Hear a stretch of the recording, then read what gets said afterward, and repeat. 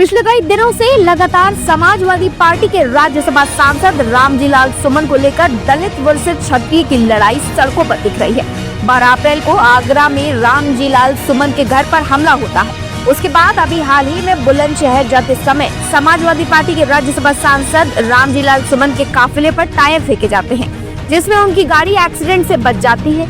उसके बाद अखिलेश यादव सरकार पर तमाम तरह की तोहमत लगाते हैं, लेकिन एक बार फिर इसी मुद्दे पर समाजवादी पार्टी छात्र सभा के प्रदेश सचिव और लखनऊ विश्वविद्यालय के छात्र नेता नवनीत यादव ने क्यों सीधे तौर पर सरकार को निशाने पर लिया। रामजी लाल सुमन को हाउस अरेस्ट करने पर नवनीत यादव ने सरकार को कौन सी चुनौती दी। क्या समाजवादी पार्टी अब बाबा साहेब भीमराव अंबेडकर के तमाम सिद्धांतों को आगे बढ़ाते हुए दलितों के साथ पूरी तरह से अब खड़ी हो चुकी है? ये कुछ ऐसे सवाल हैं जिनका जवाब आज हम अपनी रिपोर्ट में आपको दिखाएंगे भी और बताएंगे भी।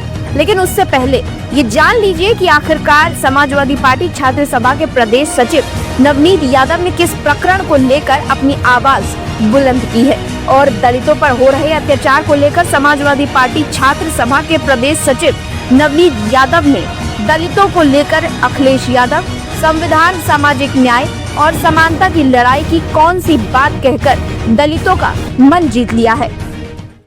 साथियों, जो घटना हुई कि अलीगढ़ में जो प्रस्तावित दौरा था रामजी लाल सुमन जी का, सोचिए कि प्रस्तावित दौरा समाजवादी पार्टी की तरफ से प्रस्तावित दौरे में और सुरक्षा की चूक के नाम पर और हाउस अरेस्ट किया जाना रामजी लाल सुमन जी का, ये कहीं न कहीं दर्शाता है कि एक प्रशासन की और वर्तमान सरकार की मानसिकता को कि हमी को हमारे ही समाज के लोगों से मिलने नहीं दिया जा रहा है। वहां घटना ये थी कि अलीगढ़ में 3 नौजवान बाबा साहब भीमराव अम्बेडकर के नाम पे मूवी बना रहे थे और जब उन्होंने जय भीम का नारा दिया तो लोगों को पीटा गया।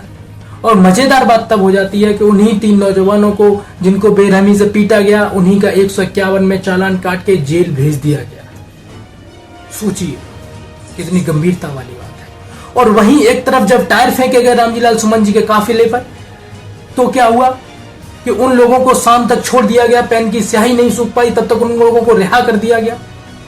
तो सोचिए कि लगातार पीड़िए पर हो रहे हमले और लगातार बाबा साहब भीमराव अम्बेडकर की तोड़ी जा रही प्रतिमाएं, यह सीधा कहीं ना कहीं बीजेपी पार्टी की जो पीड़िए के खिलाफ नफरती चेहरा है वो सामने आता है कि पिछड़े, दलित, अल्पसंख्यक, शोषित, वंचित लोगों के प्रति ये चेहरा है भाजपा पार्टी का और इनके कार्यकर्ताओं का।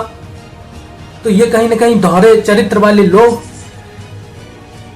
हम पीड़ित परिवार को लगातार प्रताड़ित कर रहे हैं। तो मैं आप लोगों से आग्रह करूंगा कि आप लोग न डरें और न किसी के बहकावे में आए, एकता बनाए रखें, प्रेम, सौहार्द, भाईचारा बनाए रखें। समय आने पे इनको भी जवाब दिया जाएगा। तो अभी आपने सुना, नवनीत यादव ने साफ तौर पर कहा है कि अखिलेश यादव के नेतृत्व में समाजवादी पार्टी हमेशा से संविधान, सामाजिक न्याय और समानता की लड़ाई में मजलूमों के साथ खड़ी रही है। यही नहीं, अपने बयान में नवनीत यादव ने सामंतवाद के खिलाफ समाजवादी पार्टी के कार्यकर्ताओं की आवाज बुलंद रखने और संघर्ष जारी रखने की बात कहकर दलित वोट बैंक को समाजवादी पार्टी की तरफ लाने के लिए पूरी ताकत लगा दी है। अब देखना यह है कि लखनऊ विश्वविद्यालय के छात्र नेता और समाजवादी छात्र सभा के प्रदेश सचिव नवनीत यादव के बयान के बाद उत्तर प्रदेश की राजनीति में कौन सा यू टर्न आता है। द क्वेश्चन ऑफ डेमोक्रेसी के लिए वरिष्ठ संवाददाता प्रकाश बिष्ट की स्पेशल रिपोर्ट।